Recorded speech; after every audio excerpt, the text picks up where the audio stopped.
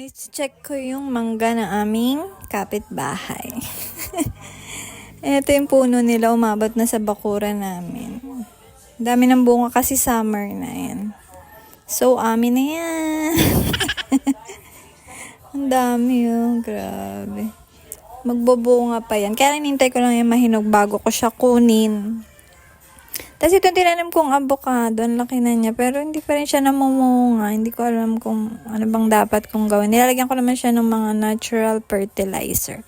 Tapos nagtanim din ako itong malunggay kasi naputol na yung malaking malunggay namin dun sa harap. Tapos itong hibiscus guys.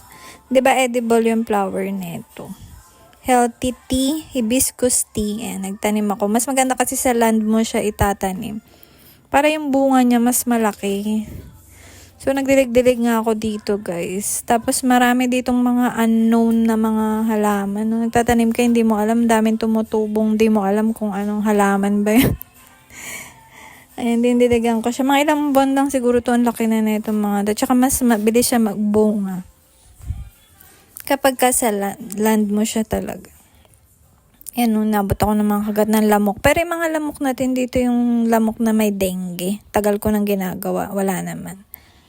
Siyempre, pagtapos ko sa garden, kailangan ko na namang maglinis ng pupo ng pusa at tayo'y alipin ng ating pusa. Ayun, dami niyang pupo. Kailangan araw-araw kasi napakadami niya talagang pupo. Ayan. Tapos meron akong papaya pa pala dito, isang bunga sa harap. Nanap ko si Happy. Pinapaligoan niya pala si Jack Russell. Ayan, may Jack Russell kami, guys. Hati kami sa gawaing bahay. Partida, gumagawa pa yan ng report. Sipag yan. Tapos ito pa nga, dami ko pang lilinisin. At alipin ako ng aking itong alagang pusa. Itong prinsesa na to. Pero lalaki to, guys. Ayun yung ginaganyan siya. Lumalaban talaga. Oh. Sige. Tapos pinapasok namin si Jack Russell. Kaya lang hindi nga sila magkasundo. Kaya hindi pwedeng palabasin si Sabi. Hindi pwedeng palabasin yung pusa at sila yung magra-rumble sa bahay.